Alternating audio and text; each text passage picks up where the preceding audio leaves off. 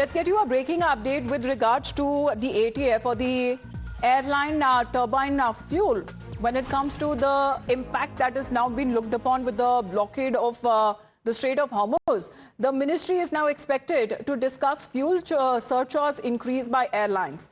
And this seems to be, when it comes to the very motion of airlines should not increase fuel surcharge, the Ministry of Civil Aviation sources have now been saying, because there has been a nearly 25% increase in ATF, which is the intention to support the airline according to sources, and the ministry is said to be in discussion with the relevant airlines if they have been facing any further challenges. But there is no direction to the airlines, but the ministry seems to be engaging with the airlines to have these conversations, as much of the burden should not shift to the common man. Let's connect with Shefali on this. Shefali, what role can the ministry actually play here? Because they need to understand why airlines are increasing the fuel surcharge.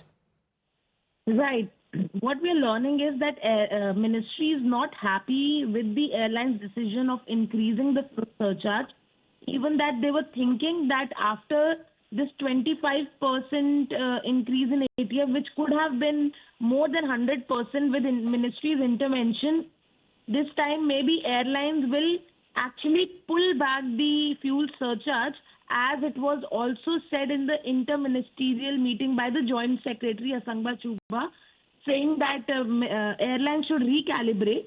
Although they were not hoping that airlines will increase, because earlier as well the airfare cap, which was imposed to airlines by the ministry during Indigo disruption, that was last year in the month of December. Now that airfare cap has also been removed by the Ministry of Civil Aviation. So yes, this was something not that the ministry was hoping and planning, and what we're learning is that they're not happy with the airline's decision, particularly right now with Indigo, because Indigo is the only airline for now who has also increased the fuel surcharge. So right now what we're learning is that they are in discussion with the airline operators, having conversation, engaging with them. Yes, understanding because despite the ATF cap for domestic flights, at least airfares are expected to go up, with Indigo raising that surcharge, and the Ministry of Civil Aviation, according to sources, doesn't seem to be very happy with this move. Shefali continues to be with us because there has been another big development that has now happened. Let's talk about that. The Ministry of Civil Aviation has now put the DGCA's directive on the mandatory free seat allocation on hold as of now, offering this breather to domestic airlines. The order, which was scheduled to come into effect this very month itself, required the airlines to provide nearly 60% of the seats to be free of charge for the passenger selection.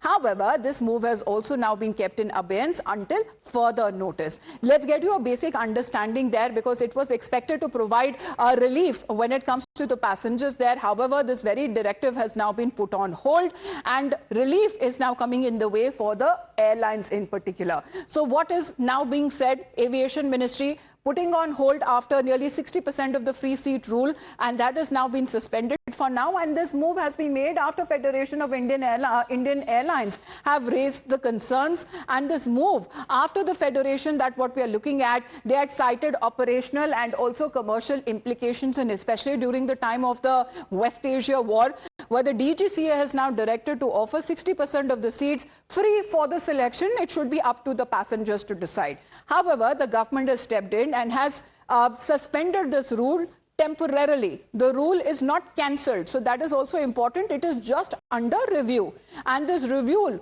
was also scheduled as what we are looking at to be rolled out in this very month of April. However, has now been put on hold. So Shefali, the ministry has now asked the DGCA, however, to continue enforcing other passenger facilitation, especially when it comes to the transparency, when it comes to seat selection. But this particular rule or this directive for now has been suspended. Right. We know that the FIA was pushing back this particular order where they have asked airline operators to not charge 60% of seat which is allocated to the passengers. Now we also have to look at various factors. Of course, this is a breather for airline operators, as they were not very keen on implementing this move. They were not happy and they wanted ministry to take it back. Although right now it is a temporary notice, there's been no official statement from the ministry as to why they have put this particular order in abeyance. but certainly it's a breather for airline, but for passenger with the airfare price amid West Asia crisis, it is going to have an impact on passengers' pocket. But if we see from the airline's perspective, it's certainly a certain kind of a breather, as now they will continue operating, they will continue to charge the amount that they used to charge for the passengers for any fees that was there. But Shefali, as far as when it comes to the revision of the aviation turbine fuel as well, the government, however, opted for a partial increase of 25% on domestic flights. But does it aim actually to balance operational costs for airlines and affordability also for the passengers?